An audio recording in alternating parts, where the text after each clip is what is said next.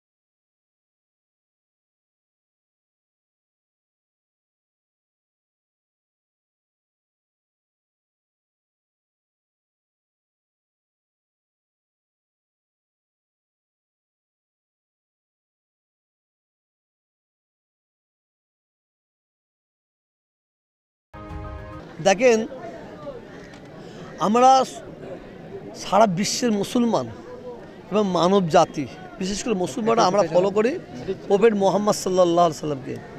উনি আজ থেকে 1400 বছর আগে উনি পবিত্র জবানে বলে গেছেন, তোমরা শিক্ষা অর্জন করো। যে জাতির শিক্ষা দেয় সেই জাতিটা হচ্ছে মেরুদণ্ডহীন। তা আমরা হযরত মুহাম্মদ সাল্লাল্লাহু আলাইহি সাল্লামকে অনুসরণ করি। উনি হচ্ছেন আমাদের ঈমান, যার জন্য এই বাঁকড়ায় কি কমিটি, 2 নম্বর সোশ্যাল কমিটিতে এসেছি। এখানে যেটা আমি মনে করি যেটা অভাব আছে, এই বাঁকড়া হাওড়া জেলায় যেটা অভাব আছে, মানে অল্প হলে অভাব আছে, আমাদের পূর্বাশ্রমে অভাব আছে শিক্ষা। অতএব শিক্ষার ওপরে আমি জোর দিতে বললাম, রক্তদান শিবির করতে হবে, বস্ত্রদান শিবির করতে হবে, কিন্তু এটা ক্ষণিকের, এটা হারিয়ে যাবে, এটা আমরা হারিয়ে ফেলবো। কিন্তু শিক্ষা অর্জন করতে পারলে আমরা একটা মৃত্যুর আগে পর্যন্ত আমরা হারাতে পারবো না। শিক্ষার যেমন শুধু এই রক্তদানের মাধ্যমে নয়, যেমন আমাদের তোয়া সিদ্দিকী, আমাদের এমএলএ, আমাদের কিরণদা যেমন বলেছেন শিক্ষার উপরে জোর দিতে, তো সবাইকে একটা মানে বড় হয়ে তো আর শিক্ষা করা যায় না, সবাইকে ছোট থেকে, যেমন আমাদের পশ্চিমবঙ্গ সরকারের যে বাচ্চাদের অঙ্গনওয়াড়ি সেন্টার আছে বা আরও যেসব বাচ্চাদের স্কুলে আছে, প্রত্যেককে মা বাবাকে বলবো তারা যেন তাদের সরকারের যে অঙ্গনওয়াড়ি সেন্টার বা স্কুলে যে আছে ওগুলো তাদেরকে পৌঁছায়। এবং আরও আমি একটা কথা আপনাদেরকে উপরওয়ালাকে সাক্ষী করে একটা কথা বলছি, এটা আমার উদ্দেশ্য ছিল, আরও একটা উদ্দেশ্য আছে আমার। আল্লাহর রহমতে যদি আল্লাহ চায়, আমি এই পাড়ায় ভবিষ্যতে আমি একটা অ্যাম্বুলেন্স করতে চাই।